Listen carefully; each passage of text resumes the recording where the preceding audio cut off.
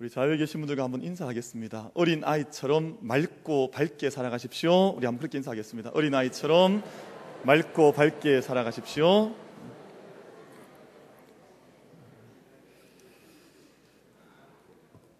우리 기왕에 인사했으니까 한 번만 더 인사하겠습니다. 우리 여집사님, 권사님 계시면 참 아름답습니다. 오늘 찬양 제목 그대로 참 아름답습니다 해주시고, 남자 우리 장모님이나 집사님 계시면 참 멋있으십니다. 그러니까 인사 한번 하겠습니다. 자, 참 아름답습니다. 참 멋있습니다.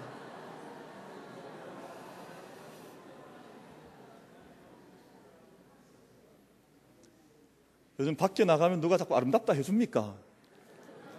잘 안 해주시잖아요. 우리 사이에 서로 이런 이야기들 많이 주고받고 축복하는 게 좋죠. 우리 찬양 한 장 드리길 원합니다. 우리 565장 우리 같이 찬양하겠는데요. 우리 예수께로 가면 나는 기뻐요. 우리 어린이 찬양입니다. 우리 이 어린이 찬양을 어린아이 같은 심령이 되어서 우리 박수하면서 우리 같이 한번 이 찬양 하나님 앞에 드리기 원합니다. 예수께로 가면 나는 기뻐요. 우리 같이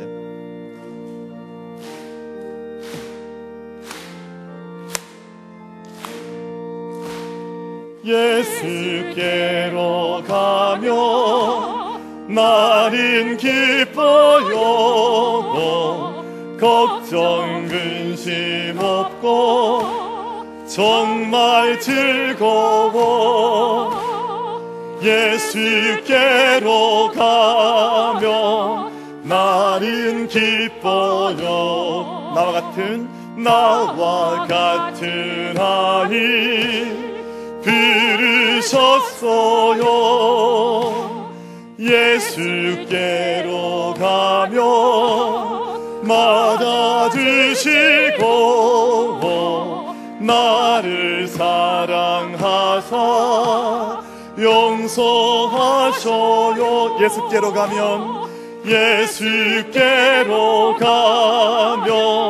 나는 기뻐요. 나와 같은 아이 부르셨어요. 예수께로 가면 손을 붙잡고 어디서나 나를 인도하셔요. 예수께로 가면 나는 기뻐요. 나와 같은 아이 부르셨어요. 아멘. 우리 옆에 분 얼굴 한번 보십시오. 서로 보시면서 5년은 젊어진 것 같습니다. 한번 인사할게요. 5년은 젊어진 것 같습니다.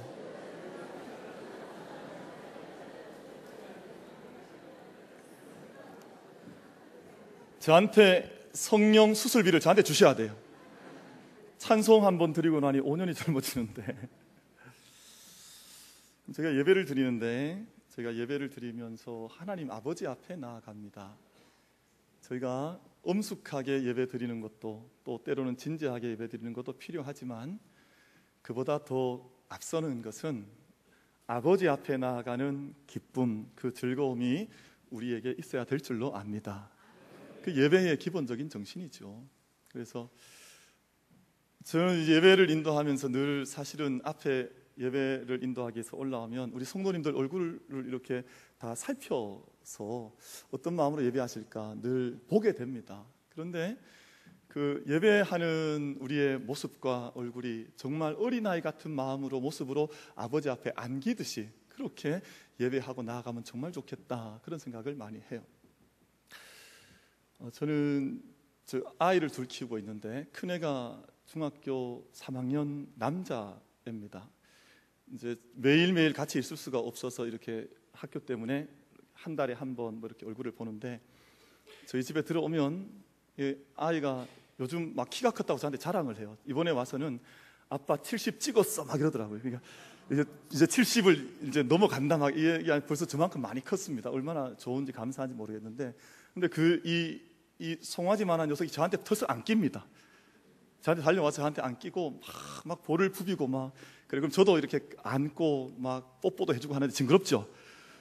근데 그렇게 해요. 그런데 그때 이 아이와 함께 기뻐하는 것이 얼마나 마음에 즐거운지 모릅니다. 그런데 그 아이의 모습 보면서 예배하러 하나님 앞에 나아갈 때 우리가 그런 아버지께 나아가는 어린아이 같은 마음으로 나아가야 하나님 기뻐하신다, 그렇게 생각을 합니다. 오늘 이 예배가 우리 하나님 앞에 어린 아이의 마음으로 모든 것들 하나님께 맡기면서 기쁨으로 나아가 예배하는 은혜의 자리가 되기를 간절히 바랍니다.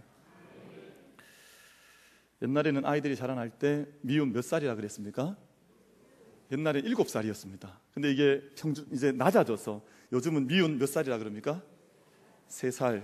요즘은 때려 어떻게 하고 싶은 막 3살 뭐 이렇게 얘기를 하더라고요.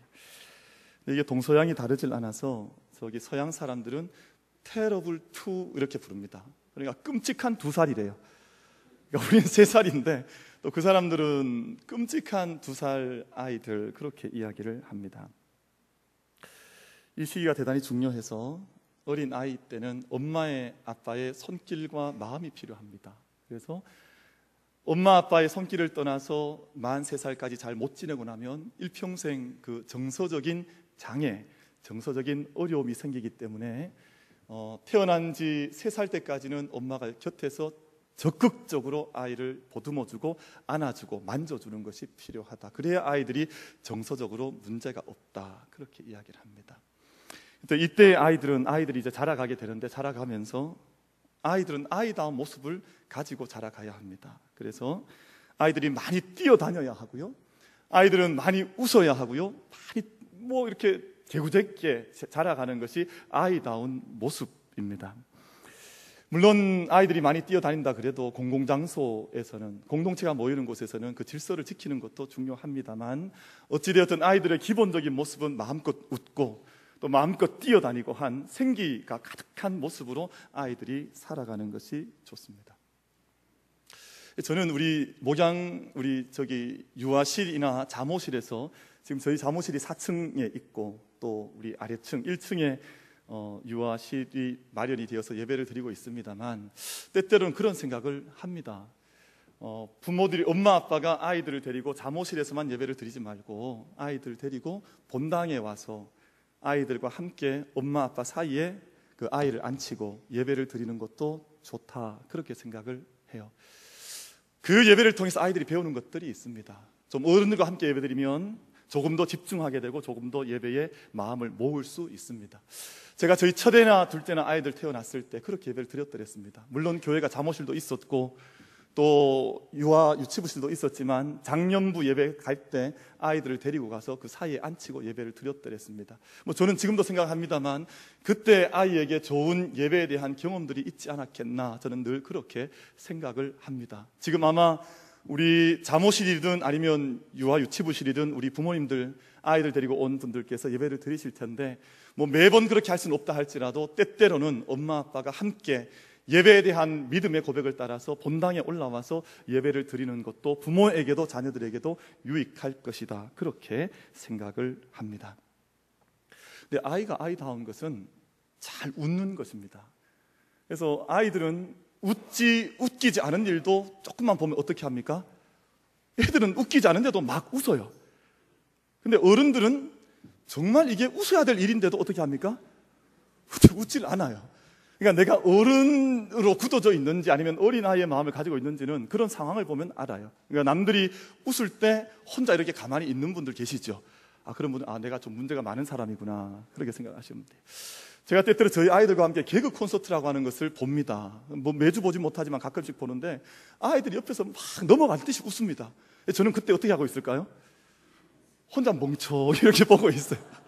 그러면 아이들이 기가 막히다는 듯이 왜 아빠는 저럴까? 저는 그 아이들의 세계를 잘 이해를 하지 못하는 거예요. 제가 요즘 많이 노력합니다. 제가 아이들이 웃을 때 같이 웃을 수 있는 마음을 가져야지 라는 생각을 하고 노력할 때가 들어 있습니다.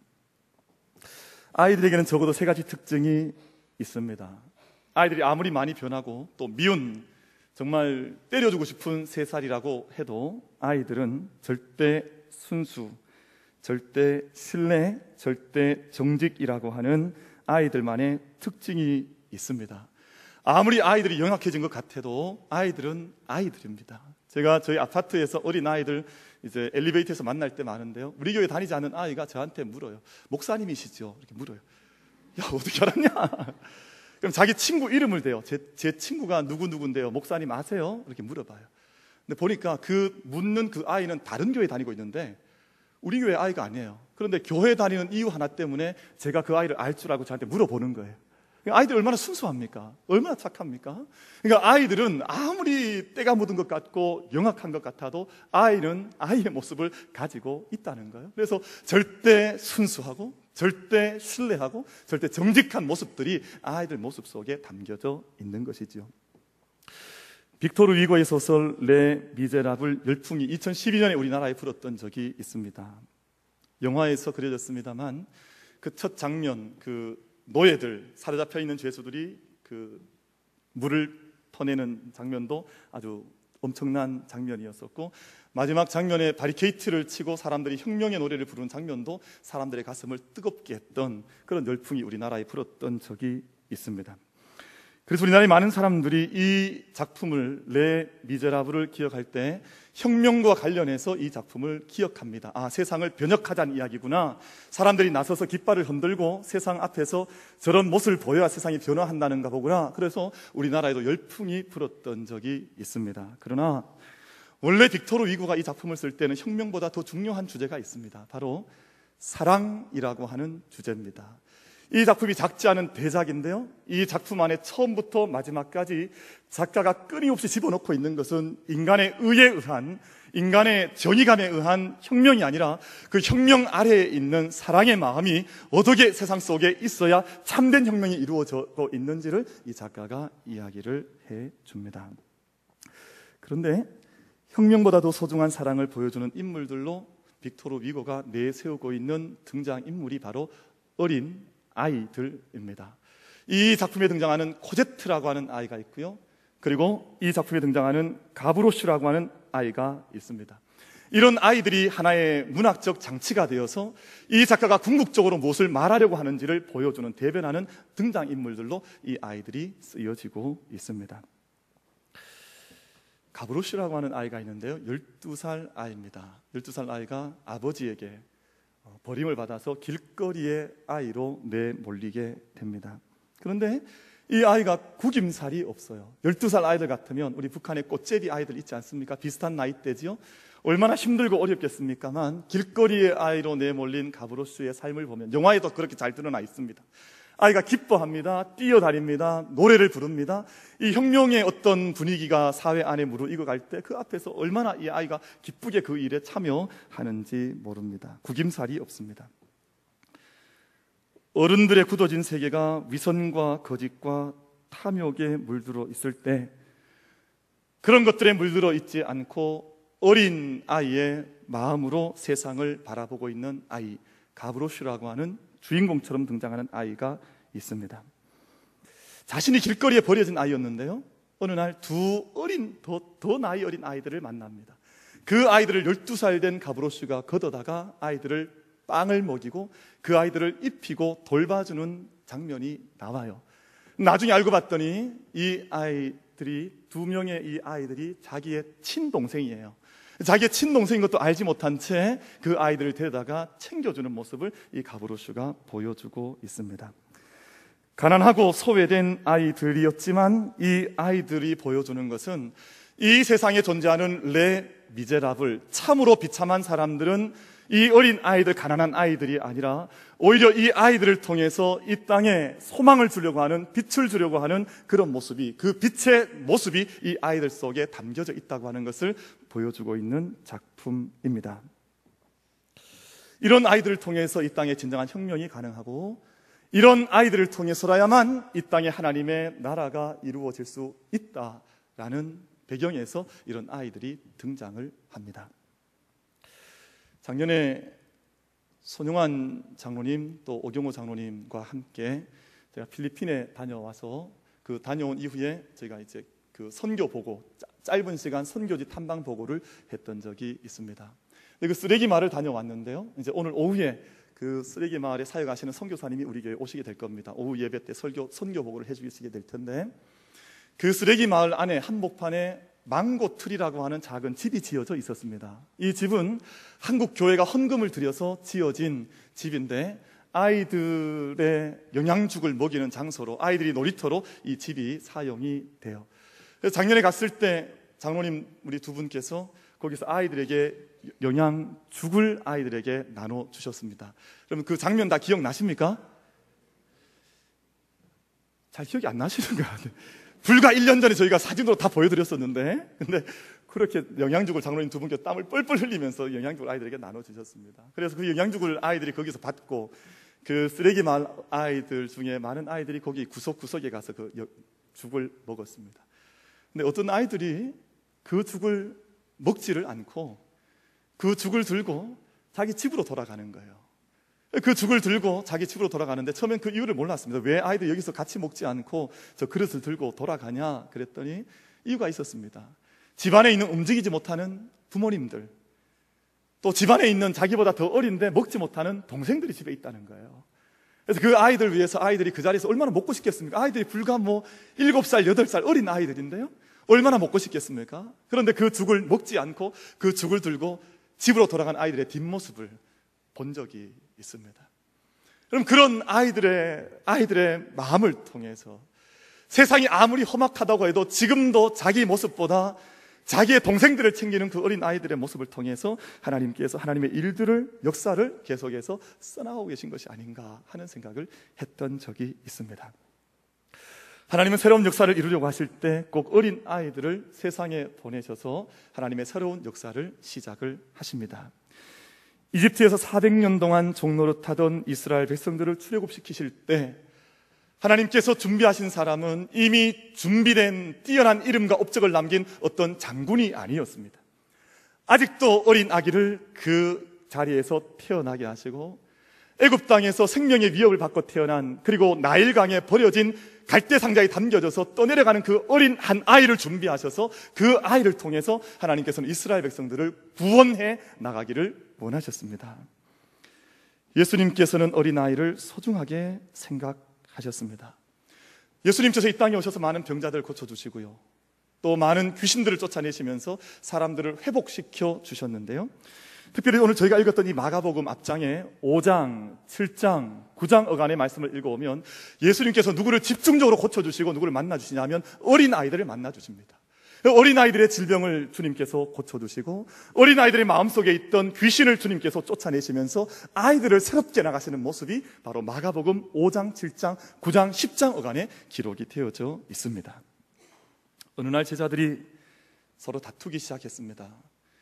누가 더 큰 사람입니까? 누가 더 잘난 사람입니까? 우리들 중에 하나님 나라가 임하면 누가 우리가 장관으로 임명이 되겠습니까? 어른들이 그런 마음으로 싸우기 시작을 했습니다. 그런데 예수님께서 제자들 앞에 어린 아이 하나를 데려다가 그 제자들 앞에 세우셨습니다. 그리고 말씀하시기를, 누구든지 내 이름으로 이런 어린 아이 하나를 영접하면 곧 나를 영접하며, 누구든지 나를 영접하면 나를 영접함이 아니요 나를 보내신 이를 영접함이라고 말씀을 하셨습니다.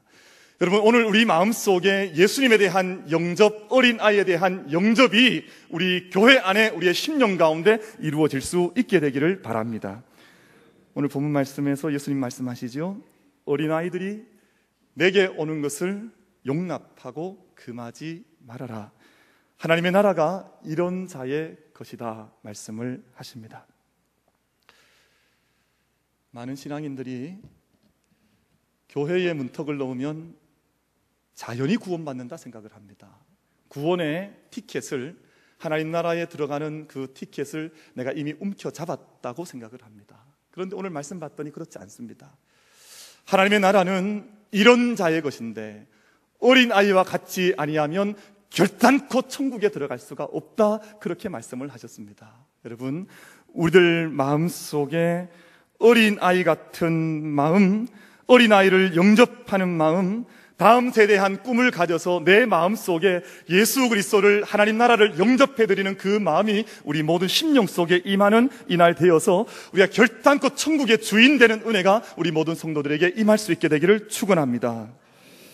그것이 오늘 우리 말씀이 우리에게 도전하는 바이지 않겠습니까? 그러므로 믿음의 사람들은 어린 아이처럼 하나님 나라를 받아들일 수 있어야 합니다. 오늘 본문 15절 말씀을 보면 주님께서는 하나님 나라를 어린 아이와 같이 받들지 않는 자는 결단코 하나님 나라에 들어갈 수 없다 말씀하십니다. 그럼 어린 아이들은 낯가림을 하는 때가 있습니다. 근데 낯가림을 하는 것은 그 나이 때 당연한 모습이죠. 근데 아무리 낯가림을 해도 아이들은 의심을 하지는 않습니다. 저도 우리 교회 아이들 이렇게 때로 안아주고 볼 때가 있는데요, 제가 품에 안아도 제가 한 번도 못 봤던 아이이지만 제가 마치 엄마 아빠도 아님에도 불구하고 저를 의심 없이 저를 보고 웃어주기도 하고, 아이들 얼마나 귀합니까? 저 같은 흉측한 얼굴을 보고도 아이들이 웃어주니까 얼마나 감사합니까? 아이들은 그런 마음을 가지고 있습니다.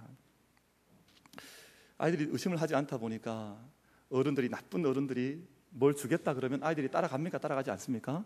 아이들이 따라가요. 마음속에, 아이들 마음속에 의심이 없어 그렇습니다. 근데 어른들은 그렇지 않습니다. 이렇게 얼굴만 봐도 늘 의심합니다. 옆에 계신 분 의심이 되지 않습니까?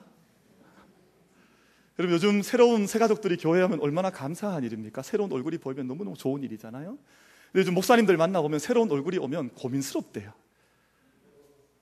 왜냐하면 이분이 신천지인지 뭔지 모르겠다는 거예요. 처음 새가족인데 와서 찬송을 열심히 부르면 막 의심스럽다는 거예요.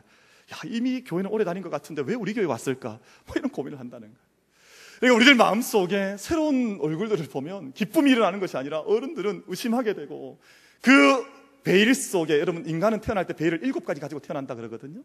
베일을 벗기는 순간 아내와 남편이 되잖아요. 우리 수많은 베일 속에 있다 보니까 어른들은 베일을 쓰고 살아가니까 정말 믿음으로 의심 없이 기쁨으로 사람들을 만나기가 그토록 어렵다는 것입니다. 이사야 11장 말씀을 보면 평화로운 메시아 왕국을 예언하고 묘사해 주는데요, 거기에 믿음 좋은 어떤 어른을 소개하고 있지 않습니다. 어린 아이를 메시아 왕국의 주인공으로 하나님께서 말씀을 하세요. 어린 아이가 송아지와 어린 사자와 살찐 인성을 끌고 다닙니다.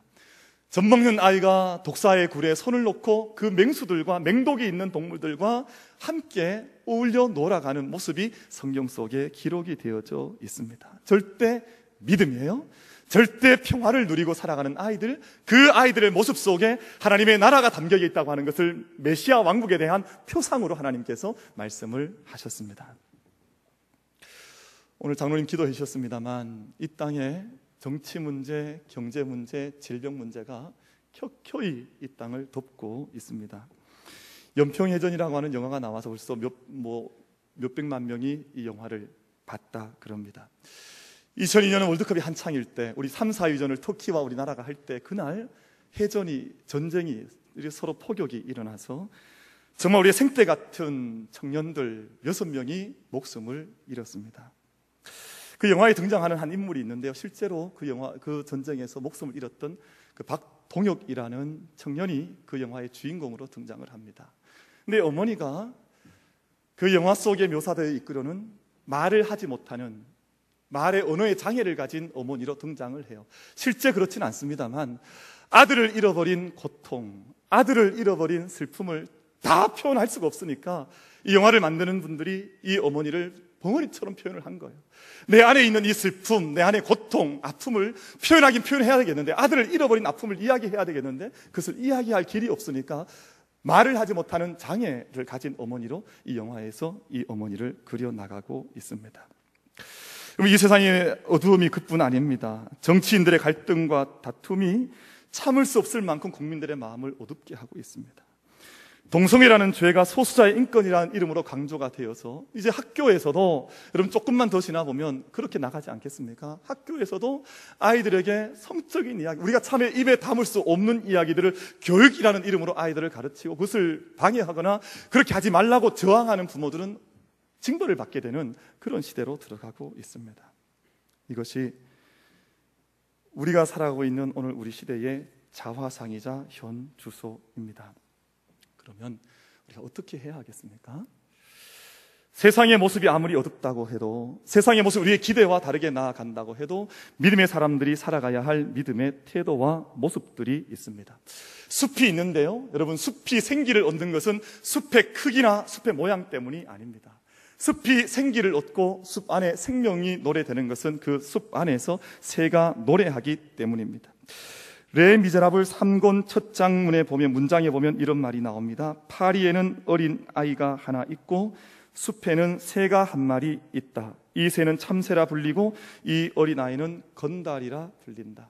근데 지금 이 작가가 이야기하고자 하는 것은, 이 파리라고 하는 도시 안에 생명이 있을 수 있는 것은 마치 새 중에 가장 보잘것없는 새가 참새이지만 그 새가 노래함으로 이 산에 생명이 있는 것처럼, 아무리 철없이 뛰어다니는 어린 아이처럼 보이는 이런 어린 아이들 때문에 이곳에 생명이, 이 도시에 생명이 있다, 그렇게 이야기를 하고 있습니다. 사랑하는 성도 여러분, 우리들이 하나님의 나라를 기쁨으로 받아들이고 영접할 수 있게 되기를 바랍니다. 하나님의 나라는 우리가 굳어져 있는 믿음의 모습이나 화석화되어 있는 믿음의 모습이 아니라 두세 사람이 모인 곳이라도 하나님께서 함께 계시고 주의 이름을 선포하여서 귀신이 쫓겨나는 역사가 나타나는 그곳에 하나님의 임재가 있다고 하는 것을 믿음으로 고백하면서 하나님의 나라를 살아가는 사람들, 그 믿음의 주체들에게 하나님의 영광이 임하게 되는 줄로 믿습니다. 그럼 한 나라의 대사가 외국에 나가지 않습니까? 그 한 사람 대사가 나가는 곳에 그 나라가 있습니다. 한 개인인 것처럼 보이지만 그 어깨 위에는 한 나라의 배경이 있고요, 한 나라의 권위가 있고요, 한 나라의 능력이 그 대사의 어깨 위에 지워져 있습니다. 여러분, 세상을 핑계할 것 없습니다. 우리는 세상 앞에서 우리 자신을 깊이 영적으로 돌아봐야 되는 그런 하나님의 백성들 아닙니까? 우리가 세상에 아무리 켜켜이 어둠이 있다 할지라도 내가 서 있는 그곳에 하나님의 나라가 임재한다고 하는 것을 믿음으로 고백하면서 하나님의 나라를 나의 인격으로 받아들여서 우리의 삶으로 살아갈 수 있는 우리 만민의 모든 성도들 되기를 주님의 이름으로 축원을 드리겠습니다. 어린아이처럼 된다고 하는 것은 서로를 적극적으로 받아들인다는 뜻입니다.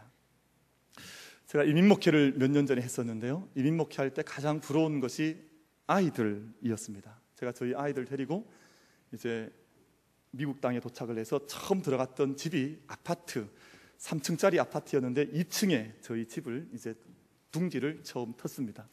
근데 2층 저희 집 바로 앞에 그 작은 조그만한 놀이터가 있었는데 그 놀이터에 정말 이게 전 세계 아이들이 다 나와서 노는 거예요. 그래서 얼굴이 하얀 아이들, 얼굴이 검은 아이들, 또 뭐 어쨌든 우리 동양 아이들도 인도, 일본, 중국 아이들이 다 거기 나와서 노는데, 첫째 날은 저희 아이들이 너무 피곤해서 나가지 않더니 둘째 날 되니까 거기 턱 들어가서 아이들과 함께 놀더라고요. 그러더니 거기서 놀다가 한 2달, 3달쯤 되니까 그 아이들과 똑같은 말하고 영어를 막 하기 시작하더라고요. 야, 그래서 저도 저희 놀이터에 가서 놀면 영어를 좀 배울 수 있을까? 정말 그런 고민이 좀 들 만큼.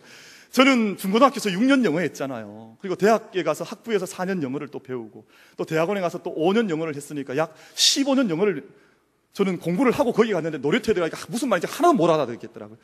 근데 그 아이들과 함께 어울려서 노는 아이들은 불과 2-3달 지나니까 서로 친구 되고 그 다음날 바로 친구가 되더라고요. 친구가 되어서 어울려 놀으니까 그 안에 대화가 오가고 사랑이 오가고 그 안에 자기들의 믿음의 어린 아이들의 이야기, 삶의 이야기들이 그 자리에서 일어나는 것을 봤습니다. 요한계시록을 보면 구원받은 사람들이 이루게 될 하나님의 나라를 말씀을 하는데 이렇게 말씀을 합니다. 요한계시록 7장 9절 말씀인데요, 각 나라와 족속과 백성과 방언에서 아무도 능히 셀 수 없는 큰 무리가 나와 흰 옷을 입고 손에 종려가지를 들고 보좌 앞과 어린 양 앞에서 찬양을 한다, 그렇게 말씀을 해요. 그러니까 각 나라와 족속과 방언과 온 민족들 가운데서 나온 서로 얼굴도 다르고 나라도 다르고 민족도 다 다르지만 방언도 다 다르지만 함께 나와서 그곳에서 어린 양 앞에서 흰옷을 입고 함께 찬양을 드린다 그랬습니다. 여러분, 이 비전과 이 환상을 믿는 우리들이 이 땅 가운데 살아가는 동안 우리의 마음이 화석화되어지고 굳어져 있는 마음이 아니라 내 앞에 있는 모든 사람들, 모든 성도들을 적극적으로 함께 받아들이면서 찬양의 삶을, 예배의 삶을 진정되게 살아갈 수 있는 영적인 은혜가 우리 모두에게 임하게 되기를 바랍니다. 그때 찬양이 우리 보좌 앞에 모였네라는 그 찬양이에요. 구원하심이 보좌에 앉으신 우리 하나님과 어린 양께 있도다. 구원하심이 보좌에 앉으신 우리 하나님과 어린 양께 있도다. 여러분, 이 찬양의, 하나님에 대한 찬양이 우리의 얼굴빛이 달라도, 삶의 배경이 달라도, 모든 것이 다르다 할지라도 그 은혜 위에 서 있을 수 있는 믿음의 행진이 우리 가운데 있게 되기를 간절히 바랍니다. 우리 교회에게 그래서 가장 중요한 일은 하늘 문을 여는 것입니다. 하늘 문을 여는 것보다 더 급한 일이 없죠. 위로부터 임하는 은혜의 빛, 은혜의 단비, 은혜의 바람을 맞아야 우리의 마음과 삶이 이 교회가 온 세상을 향해서 열려질 수 있습니다. 여러분, 식물을 키우는 분들은 그렇게 이야기하더라고요. 문을 닫아놓고 빛을 가려 놓으면 아무리 건강했던 나무들도 며칠을 가지 못해서 병이 들고 죽을 수밖에 없다는 겁니다. 늘 바람을 통하게 해야 하고 늘 빛을 보게 해야 합니다. 여러분, 이 재단 안에 여러분 심령 위에, 여러분 머리 위에 하늘문이 온전히 열려져서 여러분 가운데 비춰주는 성령의 바람, 성령의 빛, 성령의 은혜 가운데 함께 세워져서 우리의 영혼이 소성케 되는 은혜가 이날 우리 모두에게 이루어지게 되기를 간절히 바랍니다. 그리고 그 은혜를 통해서 세상 가운데로 나아갈 때 이 땅이 살아나는 역사가 이루어지지 않겠습니까? 여러분, 어린아이들 특징하자마자 말씀을 드리고 말씀을 맺겠습니다. 어린 아이들은 위험한 일들 앞에서도 모험을 할 줄 압니다. 교회도 마찬가지입니다. 너무 노쇠화되지 않은 교회는, 젊은 교회는 하나님께서 무엇인가를 말씀하실 때 그 말씀 앞에 모험을 할 줄 아는 교회가 젊은 교회요, 하나님의 말씀 앞에, 믿음 앞에 끼어져 있는 교회가 되는 것이죠. 하나님께서 아기 예수님을 이 땅에 보내시기 위해서 여인을 찾다가 마리아라는 여인을 발견하게 됐습니다. 하나님께서 마리아에게 천사를 보내셨고 천사가 마리아에게 말을 합니다. 네가 아들을 낳으리니 그 이름을 예수라 하라. 성령이 내게 임하시고 지극히 높으신 이의 능력이 너를 덮으실 것이다. 그렇게 예언의 말씀을 주셨습니다. 마리아가 이때 그 말씀을 믿음으로 받았습니다. 주의 여종이오니 말씀대로 내게 이루어질 것입니다. 그렇게 말씀을 했습니다. 그럼 오늘 저희들에게 이 말씀이 이루어진다면 하나님의 말씀입니다, 제게 그 말씀이 이루어질 것입니다 라고 고백할 수 있겠습니까?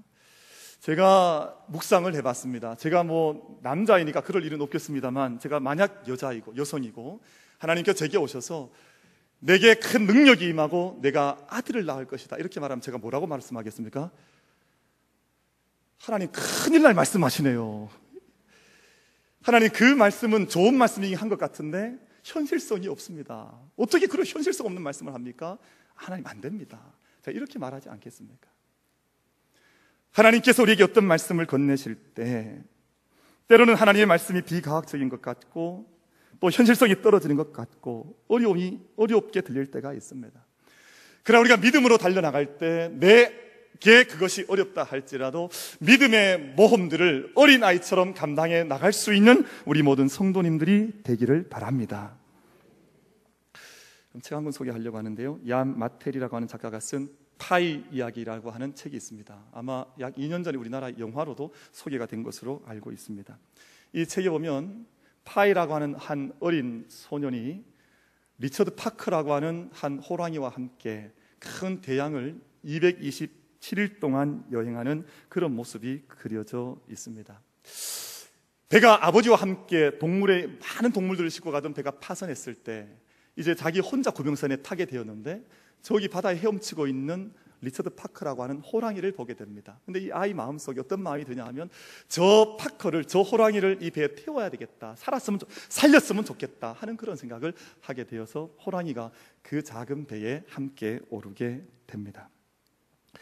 227이라고 하는 긴 시간 동안 작은 보트 안에서 소년과 호랑이가 함께 공존을 하고 공생을 합니다. 여러분, 사실은 함께 공생한다는 것이 쉽지를 않고 불가능한 일 아닙니까? 그런데 만약 여러분 이 소설에서 이야기하고자 하는 것은 만약 이 아이가 혼자 그 배에 타고 있었다면 아이도 살아갈 수 없었을 거라는 것입니다. 만약 호랑이가 혼자 그 배에 탔다면 그 호랑이도 살아갈 수 없었을 거라는 것입니다. 근데 그 작은 배 안에 서로를 죽일 수밖에 없는 마치 적처럼 함께 작은 보트 안에 타고 있지만 함께 소년과 호랑이가 있었기 때문에 목적지까지 함께 죽지 않고 그 땅에 도달할 수 있었을 것이라는 것을 이야기를 해 줍니다. 파이라는 소년이 227일을 죽음의 바다에서 이겨내지 못했다면, 호랑이와 함께하지 못했다면 새로운 땅에 도착하지를 못했을 것입니다. 이스라엘 백성들이 40년간 혹독한 광야 생활을 이겨나가지 못했다면 가나안 땅에 도달하지 못했을 것입니다. 여러분, 어린 아이들은 자라가야 하고 성숙해져 가야 합니다. 그러나 그 자라감이라고 하는 것이 많은 사람들이 생각할 때 세상을 닮아가는 것이 그저 어린 아이들의 자라감이라고 착각을 하는 경우들이 있습니다. 로마서 12장은 분명하게 말씀합니다. 너희는 이 세대를 본받지 말고 오직 마음을 새롭게 함으로 변화를 받아 하나님의 선하시고 기뻐하시고 온전하신 뜻이 무엇인지 분별하도록 하라라고 말씀을 합니다. 이것이 이 땅의 믿음의 사람들이 어린 아이와 같은 마음으로 어린 아이처럼 살아가는 모습이라고 말씀을 했습니다. 어린 아이처럼 하나님 나라를 영접하지 못하면 하나님 나라에 들어갈 수 없다 말씀합니다. 우리가 하나님 나라를 볼 수 있는 눈을 가져야 합니다. 믿음으로 용납하며 받아들이며 또 믿음의 역사를 위해서 오늘 우리의 삶을 도전하는 것, 우리의 삶 가운데 리처드 파크와 같은 호랑이가 있다 할지라도 내 삶에 함께 받아들이는 것이, 내 삶에서 그와 함께 공존하는 것이 우리의 삶을 이겨나가는 방법이라고 말씀을 하고 있습니다. 우리 사랑하는 만민교회가 어린 아이처럼 예수님께 나아가는 것을 기뻐하고 예수님의 축복받기를 즐거워하는 교회와 성도들 될 수 있게 되기를 주님의 이름으로 축원을 드리겠습니다. 여호와는 내게 복을 주시고 너를 지키시기를 원하며 여호와는 그의 얼굴을 내게 비추사 은혜 베푸시기를 원하며 여호와는 그 얼굴을 내게로 향하여 드사 평강 주시기를 원하노라. 지금은 우리의 생명의 반석 되신 우리 주님 예수 그리스도의 크신 은혜와 우리 아버지 하나님의 영원하신 사랑하심과 성령 하나님의 위로 교통하심과 역사하심과 은사와 은혜 주심이 어린 아이처럼 어린 아이와 같은 심령과 영혼을 가짐으로 주님의 역사의 통로가 되며 도구가 되기를 다짐하는 사랑하는 모든 성도들 머리 위에, 저들의 가정과 일터 위에, 이 제단 위에, 이 나라 이민족 위에 지금도 영원까지 함께 계시옵기를 간절히 축원드리옵나이다. 아멘.